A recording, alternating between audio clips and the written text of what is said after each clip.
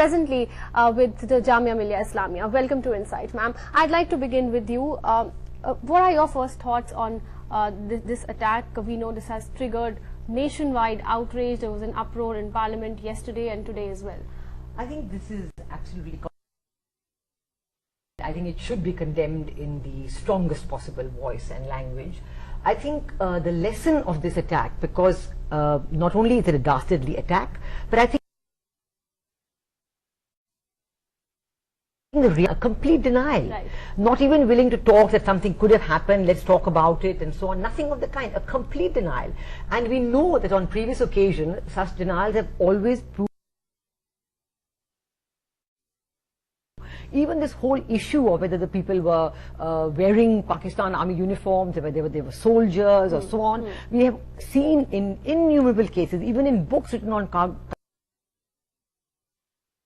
analysts, right. that in this area, in the area of the LOC, there only is the Pakistan army and nothing else. So if anything else is there, it's with the full connivance and support of the Pakistan army.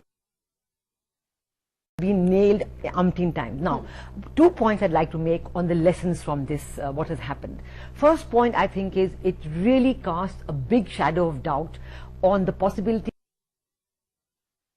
substantive talks with Pakistan. Okay. This is very clear because we are seeing, or people are seeing, an opportunity because there's a new government in Pakistan. Right. I think this is no opportunity at all because Prime Minister Nawaz Sharif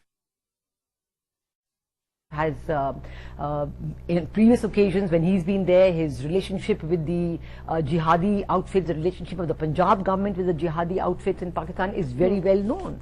And this is the crisis. It's really back to square one, back to pre-9/11. Right. And this should be very disturbing for India. Clearly. And it should cause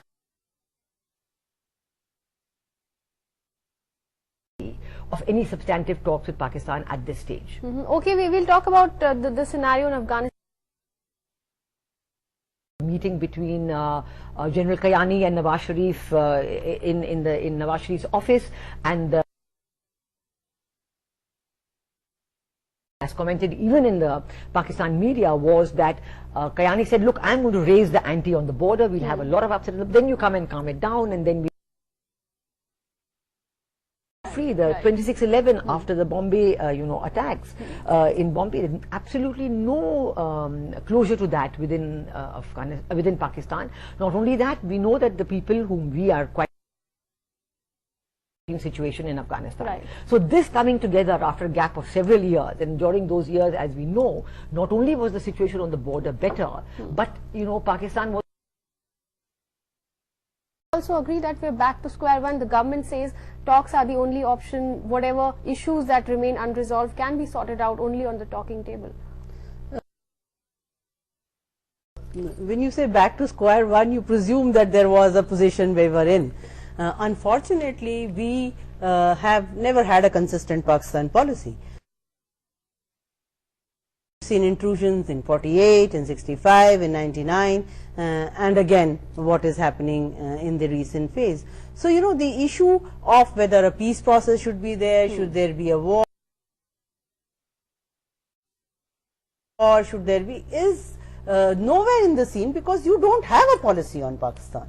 My issue is that what we have always been doing, reacting to a situation and coming back, and it cuts across parties.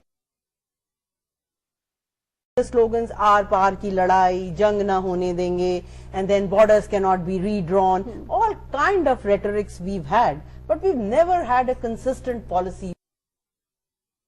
Decide trade, MFN, you take an issue and there is a counter issue and things end. And at this point of time, certainly there cannot be a peace process, just scrap it. There is absolute, I don't think any country can. I think crossing LOC and killing the soldiers is actually declaring a war, You need not be fighting on the war, but there is something called a state of war, and these acts